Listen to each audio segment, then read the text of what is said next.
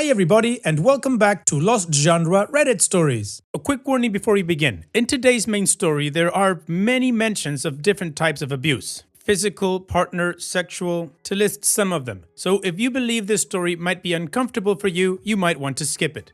Now, let's get started.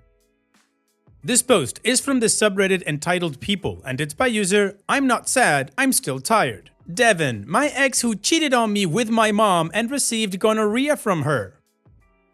As my ex is pissed by the fact that I keep telling people that my mom gave him gonorrhea and he wants me to stop. So I'm going to tell a story about how my ex, Devin, contracted gonorrhea. This is going to be paraphrased and shortened. Back in 2014, I was forced into ballet by my mother. I hated it as I wasn't the ballerina type, so I fought with my mom, but in the end I ended up giving up and went anyway. And that is how I met Devin. He was the most beautiful ballerina I ever saw. He carried himself with grace, his smile was intoxicating, and everybody wanted a piece of Devin, but he only had eyes for me. It didn't take long before we started dating. He was 16 and I was 14. I was in love with Devin. He was supposed to be my knight in shining armor. However, Devin was just a vagina wrapped up in tinfoil. About 5 months into our relationship, Devin and I went to a party. Halfway through the party, I lost Devin, so I went looking for him. I found him receiving head from another girl. I just walked away. I was trying to walk home when the turd muffin rolled up, telling me to get in his car. I didn't want to. I told Devin to go F himself. I would rather walk home in the damn dark than deal with his bitch ass. I don't remember how Devin convinced me to get in his car, but when I did, I just wanted to know why. Why did he cheat on me? That son of a bitch tried to gaslight me. Nothing like that happened. I didn't know what I was talking about. I saw nothing. It was not what it seemed. I was making things up.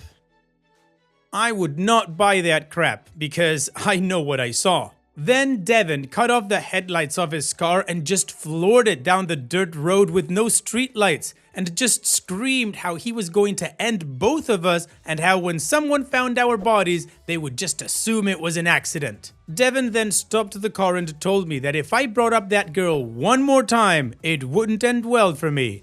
Devin drove me home after that.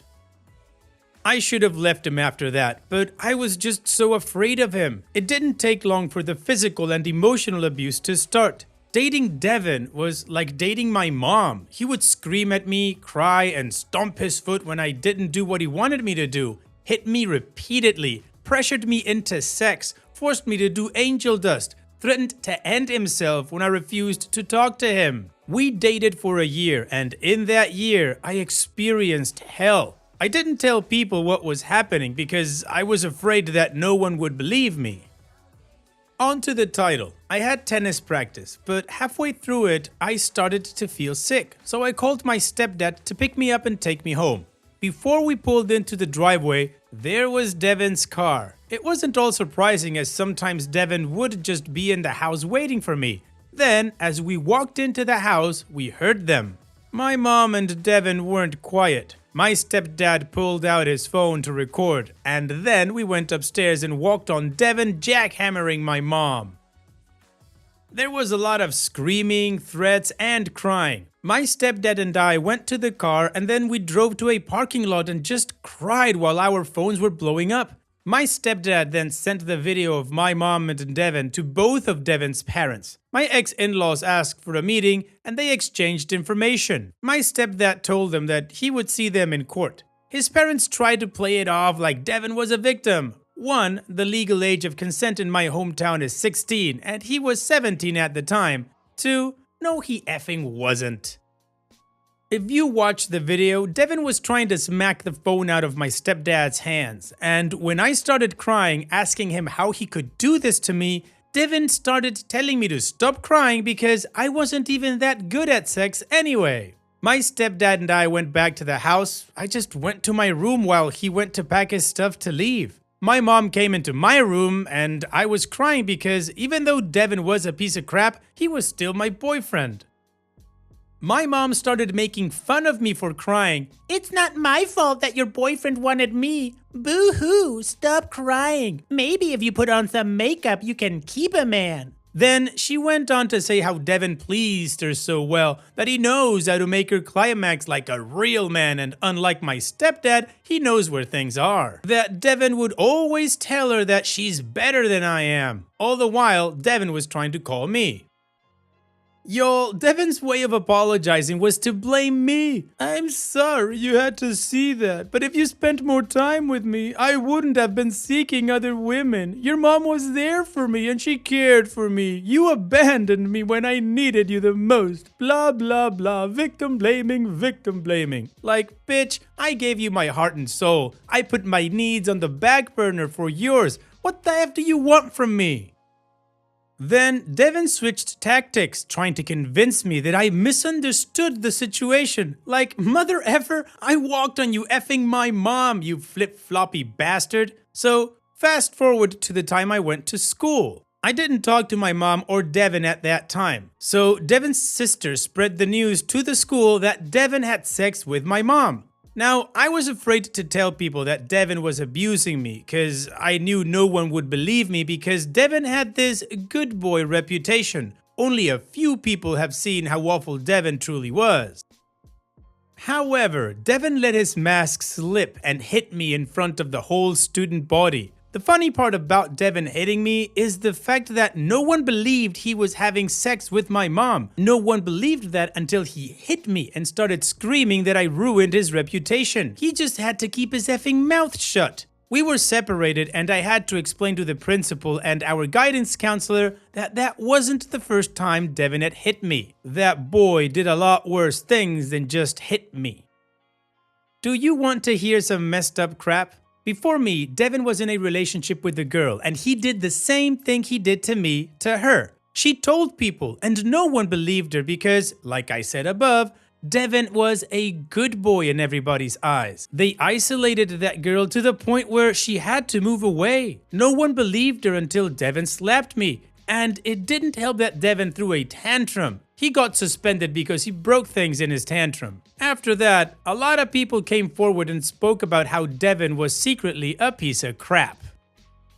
Devin's parents gave my stepdad some money to keep it out of court and then moved away because of shame. And my stepdad and my mom got divorced because Devin wasn't the only person my mom was cheating with. By the way, my mom never stopped seeing Devin. That bitch took him on elaborate trips. They went to Hawaii, Disneyland, and damn Texas. Devin and my mom were a match made in hell. But karma prevailed. Devin suffered a leg injury and he can't do ballet anymore. He got fat. My mom left him, his parents abandoned him, and the last time I checked, he works at an auto store and lives with his sister. And to top all that, my mom gave him gonorrhea. How is your leg? I know you're reading this, you piece of crap. It's a shame, isn't it? You tried your best to live a good life, but in the end, you're in debt, fat as hell, and worth nothing. But me? I'm in love, happily married to a dude who treats me like a queen and has 3 babies. Eat the dirtiest part of my ass, Devin. Well, OP isn't asking for judgment or any kind of advice, so all I'm gonna say is, OP, it sucks that you had to go through all of that. Of course, Devin is a piece of crap according to what you explained, but it's good to know that you're doing better. And of course, your mom isn't a prize at all either. What a horrible woman. And not just because of what you shared with us on this post. I saw the other ones and wow, she is the complete package of human garbage. In any case, this is not the end of this story, as in OP's edit she mentioned that Devin saw this post, and based on that, we have an update. So let's move on with that to see how this story ends. But before that, if you're enjoying this video so far, don't forget to leave a like, a comment, because that really helps engagement of course, and subscribe if you haven't done so yet. I want to post an update to my story. My story has been read by Brew. Well, Devin's sister is apparently subscribed to Reddit Brew. Quick side note, Brew, I hope everything is going well with you and your little one, and hopefully you're able to come back soon because I'm sure your community misses you. And she, being an a-hole, shared the video with Devin, and he lost his crap. Devin broke things, and when his sister laughed at him, Devin hit her and stole her laptop to contact me through Discord. This is the text message I received from him. I just don't know where to post them, so I'm going to copy them from Discord here. Edison, I understand what I did to you was painful, but it was almost 8 years ago. Your little Reddit post went too far, and now it's everywhere on YouTube. Does it feel good knowing that you humiliated me? I'm asking you, I'm begging you, Addison, please remove the post before my work sees it. Never once did you apologize to me, Devin. This is the first time you have acknowledged what you did to me. I don't give an if that it has almost been 8 years. I don't care because never once you said I'm sorry to me. Never once you said, I'm sorry, Addison, for basically sexually abusing you, drugging you, forcing you to do drugs, hitting you, effing your mom. Never once. And when you did, you said, I'm sorry, but, and then blamed me. You expect me to get over it. You expect me to let it go. You affected me to the point where it took me years to trust another person. From what your sister has told me, you have not changed. And the little tantrum you threw when your sister laughed at you shows that even though it's been damn near 8 years, you really have not changed. Suck my very graphic explanation of what Devin should do, but I agree. You khaki shorts wearing Mr. Brown knees having little bitch. Yes, I take great pleasure in humiliating you.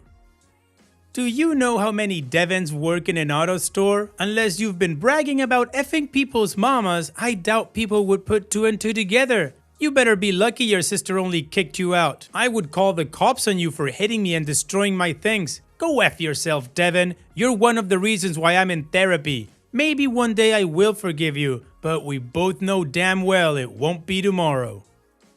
Also, some people think that my mom sexually abused Devin as he was 17 and could not consent to my mom. Yeah, that's BS. Devin was a predator. He was 17, so when their little love affair started, he was above the age of consent in my hometown. I'm not saying what he did was right. I'm saying Devin knew what he was doing. Devin was a predator. He knew what the F he was doing. He knew when to keep his mouth shut and when to speak. He knew who to target and who to become friends with. He knew who to abuse and who to be buddy-buddy with. He targeted the weak and friended the strong. Devin was a predator. He was not a victim of my mom. Just because he was young does not mean he couldn't consent. I didn't mention this in my last post, but Devin used to send me videos of him doing sexual things with other people just to make me upset. And my mom wasn't the only person who Devin was cheating on me with. She just was the person I didn't know about. Devin knew what he was doing. But I should thank you, Devin, as you're the reason why I am the woman that I am today. Well, Devin, I guess that you now need to worry about at least 2 YouTube videos and that post. And I'm pretty sure they're not coming down, so maybe Devin changed his name. Who knows? Hopefully karma doesn't let you go, Devin. And for you, OP, considering what your mom and Devin put you through, I hope your life has become a little bit more peaceful now that you're married and you have 3 children. Thank you so much for sharing your story, and please take care. And now let's move on to the next post that also has an update. And we're going to stay in the entitled verse with a post from Entitled Parents by user TransportationOK3707. Entitled parents are forcing me to change my daughter's name. My entitled father called a couple of days ago and demanded that my daughter's name have my maiden name. For context, I am ethnically Filipino but a second-generation immigrant, as I immigrated when I was 6 years old. Filipino tradition is such that the child's middle name must be the mother's maiden name. For example, my mother's maiden name is Smith, fake. Therefore, my middle name is Smith. My daughter had just graduated high school and my parents received a picture of her diploma. When they looked at the photo, they realized it did not have their last name, my maiden name, on it.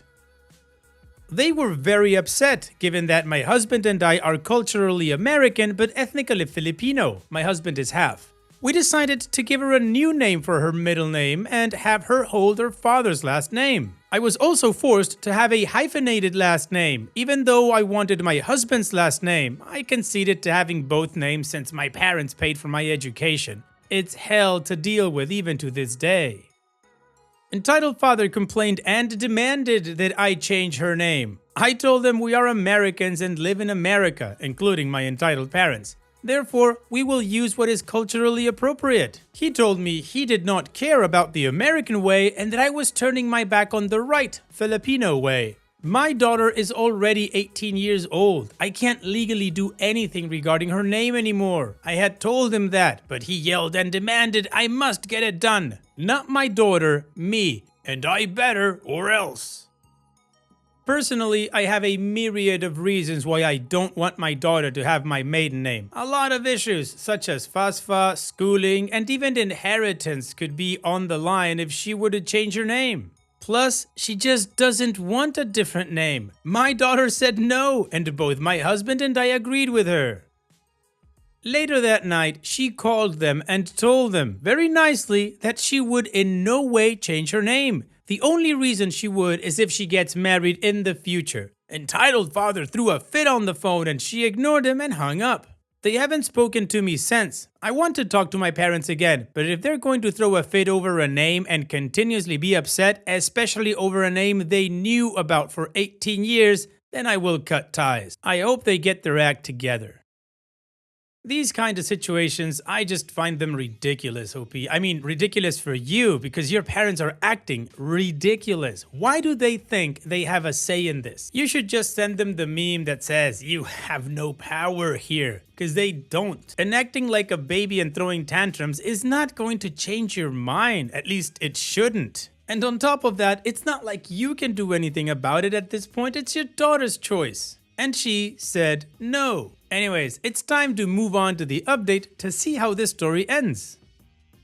About a year ago, I made a post about how my parents were threatening our relationship because of my daughter's name. Since then, much more has happened. Since then, there has been a lot of unraveling. I tried my best to hear them out. After speaking to my parents, they believed that because my daughter has her own middle name, I am turning my back on my own family and being Filipino. Entitled father said that because my daughter is his granddaughter, then his name should be on that diploma.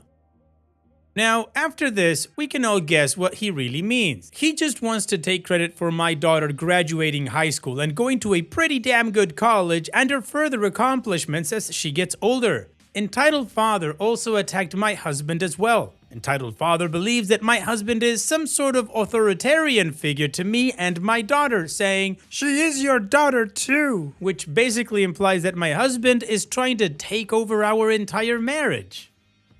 In reality, I am the one in charge. I am in charge of all the taxes, cleaning, and cooking. My husband literally just goes to work. I like it this way. In the past, Entitled Father had argued with me that I took my husband's car to the body shop. Entitled Father also threw a fit because I took out the trash. Entitled Father keeps telling me that those are tasks a man should do, not the mother or wife. As I said again, I like being in charge of everything. Plus, here is some context. My husband suffered from a terrible infection back in 2020. This has caused him to have issues with him being able to balance and walk well. So even then, my husband can't do those tasks Entitled Father complained about. Entitled Father also believes that my husband is faking his disability, saying, "He's stronger than he looks." Entitled parents have also complained about my daughter. They are unhappy with the way she dresses and how she isn't helping. For context, my daughter dresses like a normal teenager. Yes, she'll wear a crop top, but all kids dress like that. Though I don't entirely like it, I also understand that this is the fashion for her generation and that when the time comes, I trust that she will dress appropriately.